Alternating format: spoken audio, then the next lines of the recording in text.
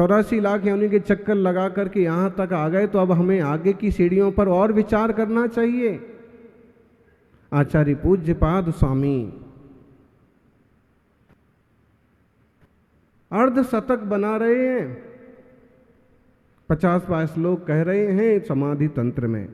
बोले आत्मज्ञानात् परम कार्यम न बुद्धो धारे चिरम कुर्यादर्थ वसात किंचित वाक्कायाभ्याम तत्परा।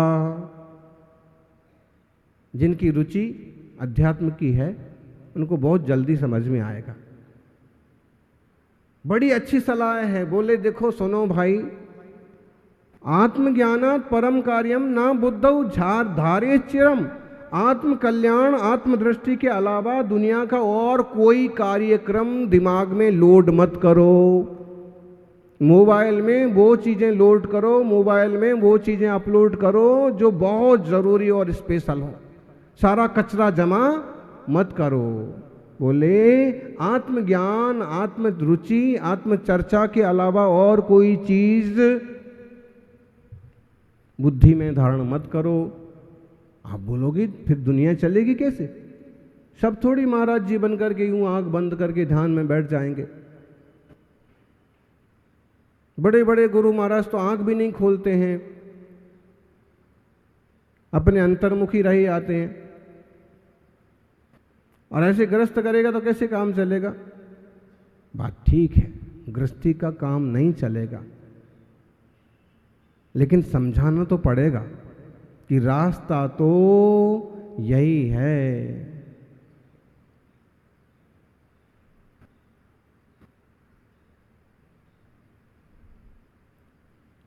ये हो सकता है कि कोई हेलीकॉप्टर से जाए, कोई ट्रेन से जाए, कोई बस से जाए, लेकिन दिल्ली का रास्ता तो जो है सो वही है।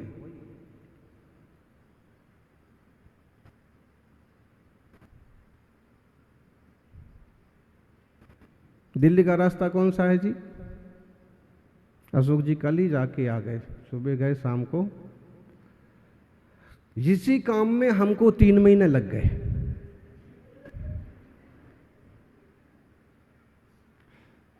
ओ 13 घंटे में पूरा कर लिए।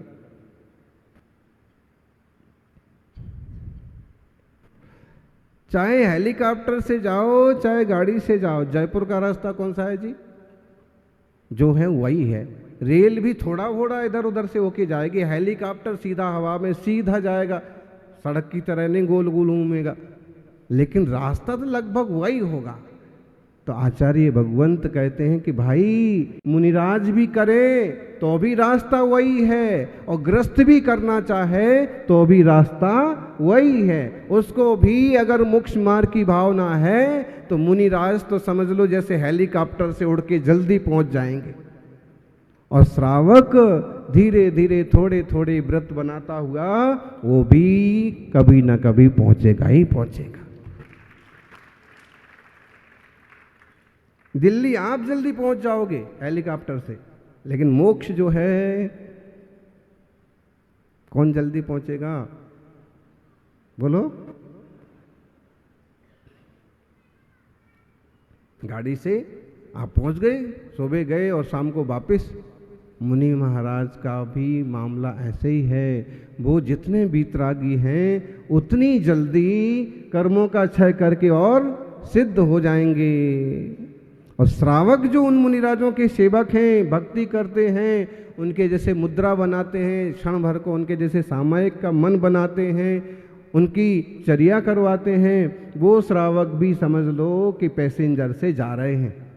धीरे धीरे अब वो समझ में तो आ गया कि ऐसे ही बैठना पड़ता है, ऐसे ही शांत रहना पड़ता है, झगड़ा करने वाले कोई मोक्ष नहीं जाते हैं, गुस्सा करने वालों को कोई फायदा नहीं होता है, अब छल कपट करने वाले को, झूठ करने वाले को मोक्ष मार्ग नहीं मिलता। करना पड़े, दुकान पर 10 रुपए की चीज 20 रुपए में बताता है, और श्रावक ग्रस्त से बोलता भी जाता है सामने वाले से, देख भाई तू तो हमारा ही आदमी है, तू तो घर जैसा है, इसलिए 20 रुपए की चीज 20 में ही दे रहा हूं। है कितने की? कितने की है? 200 रुपए की साड़ी है समझ लो। कपड़े वाले कौन कौन है? कपड़े वाले कम है, मार्बल वाले कहते भी जाते हैं कि इतने की तो हमको घर में नहीं पड़ती है, लेकिन तुम घर के आदमी हो इसलिए हम पूरा सत्य बोल रहे हो। लेकिन क्या करें, व्यापार ऐसे चलता है। अब इतना करते करते भी ख्याल तो रहता ही है कि व्यापार के कारण से इतना ऊंचा नीचा बोलना पड़ता है। मुनिराज की दशा हो तो इतना भी बोलने की जरूरत नहीं पड़ेगी। अच्छा, कोई विशिष्ट मुनिराज हो तो एक बार उन्हें जम भी जाए। बैठे हैं चुपचाप शांत, अनुभव कर रहे हैं, अपनी उपस्थिति महसूस कर रहे हैं। हमारा हाल बहुत बुरा है, हमें दुनिया की उपस्थिति मालूम पड़ती है, अपनी उपस्थिति मालूम नहीं पड़ती। मैं भी तो हूं। अच्छा, जब हमें अपनी उपस्थिति मालूम पड़ती है तो कैसे मालूम पड़ती है? नाम की मालूम पड़ती है, शरीर की मालूम पड़ती है, गोत्र की मालूम पड़ती है, स्वभाव की उपस्थिति मालूम नहीं पड़ती। अब हम कहें ज्ञानी तो कितने लोग सुनेंगे, कितने लोग समझेंगे? एक कॉमन हो गया, उन्होंने सबने समझ लिया सबके लिए ज्ञानी तत्व। लेकिन हमने एक पर्टिकुलर शब्द का प्रयोग किया, पाटनी बोला तो जितने पाटनी हैं, वैद बोला, गोधा बोला, जितने सारे हैं वो सब हमको कहा। तो क्या आप हैं एक्चुअल में? जब इस पर्याय में जन्म नहीं लिया था तब आप ये थे? बोलो जी भगवती। जब इस पर्याय में जीव नहीं आया था, अच्छा वो छोड़ दो,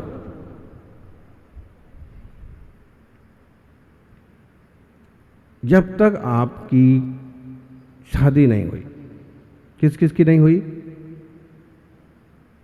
कोई हाथ नहीं उठा रहा। बोले महाराज के सामने हाथ उठाने से फायदा भी क्या है? अब पूछ रहे कि किसकी नहीं हुई, हम हाथ उठा भी देंगे तो करवा थोड़ी देंगे।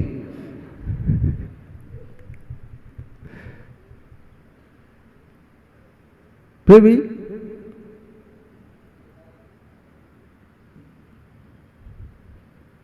किस किस की नहीं हुई?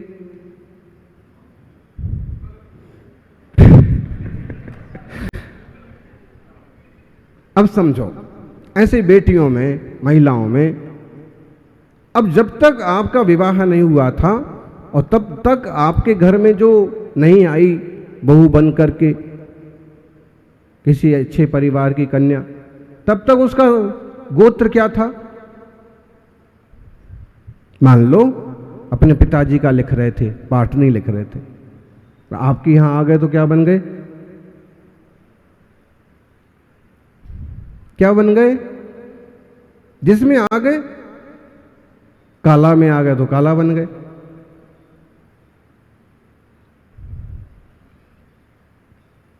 गोधा में चले गए तो गोरा बन गए। मतलब है गोत्र, नाम, ये सब चीजें चेंज होती रहती हैं, शरीर के रंग तक चेंज हो जाते हैं। ये सब मैं नहीं हूं। इसके अलावा जो जानन तत्व है, ज्ञान, आत्मज्ञानात् परम कार्यम न बुद्धो धारे चरम। आत्मज्ञान के अलावा बुद्धि में दुनिया भर की चीजें धारण मत करो। मैं ये हूं, मैं वो हूं, ये तो चलता रहता है। तुम ना कहोगे तो भी लोग इस नाम से पुकारेंगे, लेकिन तुम तो कम से कम अपने आप को ज्ञान समझना चालू कर दो। महाराज जी बार बार ज्ञानी कहते हैं, एक बार तो अपने को ज्ञानी समझ लो। आपकी रचना किस चीज से हुई है बताओ? कई बार कोई विचित्र टाइप का आदमी हो और कुछ ऊट पटांग काम करता हो तो उसके लिए कहते भगवान पता नहीं किस चीज से बना है, पता नहीं कौन से नक्षत्र में जन्मा है। पता नहीं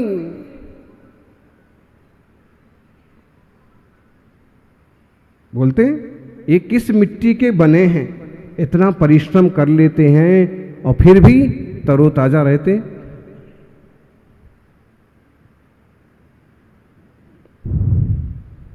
ये किस मिट्टी के बने हैं, तो अगर शरीर की बात है तो ये तो औदारिक शरीर है और किसी न किसी तरह की मिट्टी से बना है, चाहे उसमें शरीर में भी इसी टाइप की चीजें हैं। शरीर की बनावट में कैल्शियम भी है, फास्फोरस भी है, आयरन भी है, सीमेंट भी है, बिल्कुल।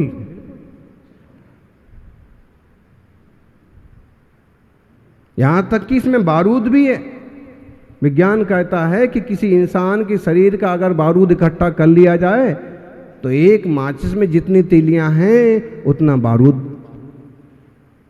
इसके शरीर में, तभी तो विस्फोट होते रहते हैं।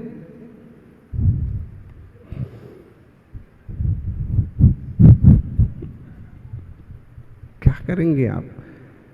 लेकिन हमें समझ में तो आए कि रचना जो है पुद्गल की है, मैटर की। हम इसकी रचना नहीं पूछ रहे कि आप बताने लग जाएं कि शरीर में इतना इतना ये है। हम पूछ रहे आपकी रचना किससे हुई है।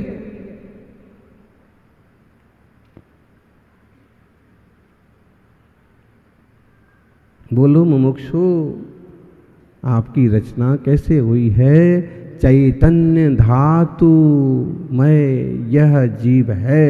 जीव की हमारी जो रचना है ना, ये चैतन्य धातु से हुई है। कौन सी धातु से? कौन सी धातु से? अमृत कलशम में अमृत चंद्र स्वामी ने चैतन्य धातु शब्द का प्रयोग किया।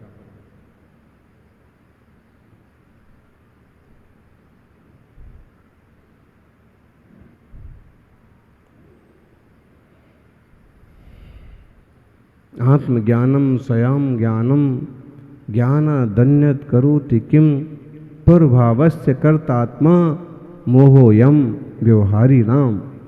हमारी जो रचना है, मूल रचना है, वह ज्ञान स्वभाव की रचना है। क्रोध विभाव है, मान विभाव है, माया लोभ द्वेष राग ये विभाव हैं। इसलिए तो आप देखिए भगवान कैसे बैठे हैं, कैसे बैठे हैं महावीर भगवान।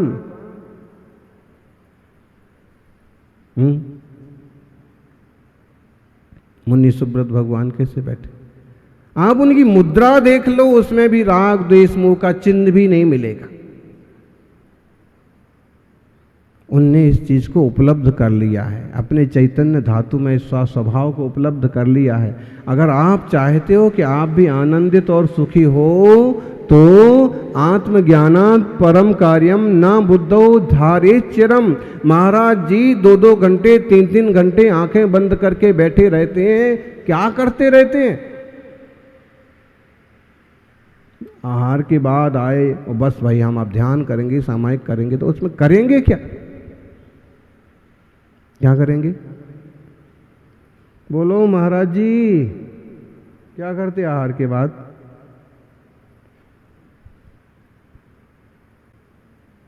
चिंतन, ज्ञायक स्वभाव का अनुभवन।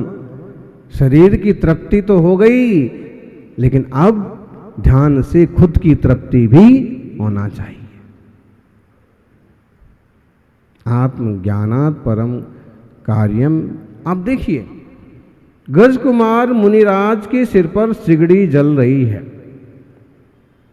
किस किसने देखा फोटो? मंदिर में चित्र बना होता है, गज कुमार मुनिराज का फोटो बना है, उसमें उनकी सिर पर सिगड़ी जलती हुई दिखती है। और एक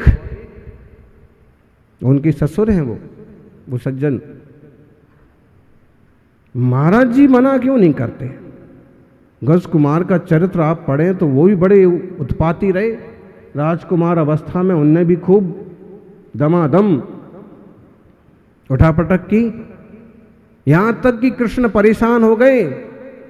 लेकिन जो काम कृष्ण जी नहीं कर पाए, सुधारने का, वो केवल नेमिनाथ भगवान के एक प्रवचन से हो गया, पूरा जीवन बदल गया गज कुमार राजकुमार का। और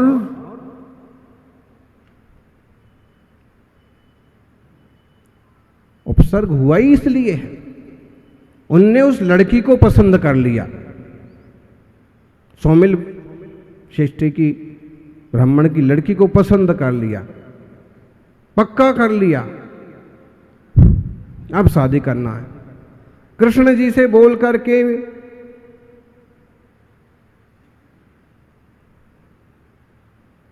दबाव डलवा करके उसके पिता को भी राजी कर लिया। अब जब नारायण कृष्ण भगवान नेमिनाथ के प्रवचन सुनने जा रहे थे तो उनने कहा आज मुझे भी चलना, और गज कुमार प्रवचन सुनने गए, समोषण में गए, एक दिव्य ध्वनि सुनी और ऐसा चित्त बदला, ऐसा जीवन बदला कि वो मुनि बन गए। यानी प्रवचन सुनो, मुनि की सभा में आओ, जीवन बदल जाएगा, फर्क नजर आएगा। फर्क तो नजर आता है, और ये फर्क से ही वो ससुर जी पर बड़ा फर्क पड़ा। पहले तो हमारी बेटी के साथ जबरदस्ती रिश्ता बनाया, कृष्ण जी से दबाव डलवा करके इस रिश्ते को पक्का किया। अब जब शादी की बारी आई तो मुनि बन गए और यहां आके ध्यान में खड़े होने का नाटक करते, और क्या किया, सिर पर सिगड़ी जला के रख दी। अब इतना उत्पात करने वाली गजकुमार मुनिराज को सिगड़ी हटाने की भी फुर्सत नहीं है। ध्यान में, आत्मज्ञान में ऐसे डूबे कि शरीर तो जलता गया और आत्मा उजलता गया।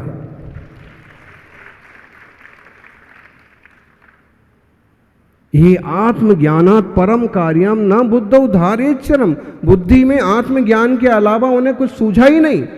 चाहते तो बूढ़े आदमी को एक धक्का देते, सिगड़ी को एक धक्का देते और निकल जाते, लेकिन अब फुर्सत नहीं है ये सब काम करने की। फुर्सत नहीं है दुनिया का जंजाल करने की। कोई चार गाली दे गया, इधर सुनो इधर निकालो, फुर्सत नहीं है उसको जवाब देने की।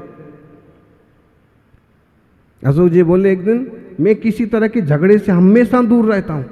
जितनी देर उस झगड़े को सुलझाने जाएंगे उतनी देर में दूसरा काम करके और नया कारोबार खड़ा कर लेंगे। जितनी देर हम उसको सुलझाने समझाने के लिए समय खराब करने जाएंगे उतनी देर में पॉजिटिव कुछ काम करके कुछ नई चीज पैदा कर लेंगे। ऐसे अगर श्रावक इस ढंग से सोचता है तो उसकी गृहस्थाश्रम में तरक्की होती है, और साधु इस ढंग से सोचता है तो उसकी तो सीधी सिद्धि होती है, मोक्ष मिलता है। हम अपने आत्मा को मुख्यता दें, स्वरूप का उपलब्धि हो, यही मंगल भावना। जय बोलिए अहिंसामयी सनातन जैन धर्म की।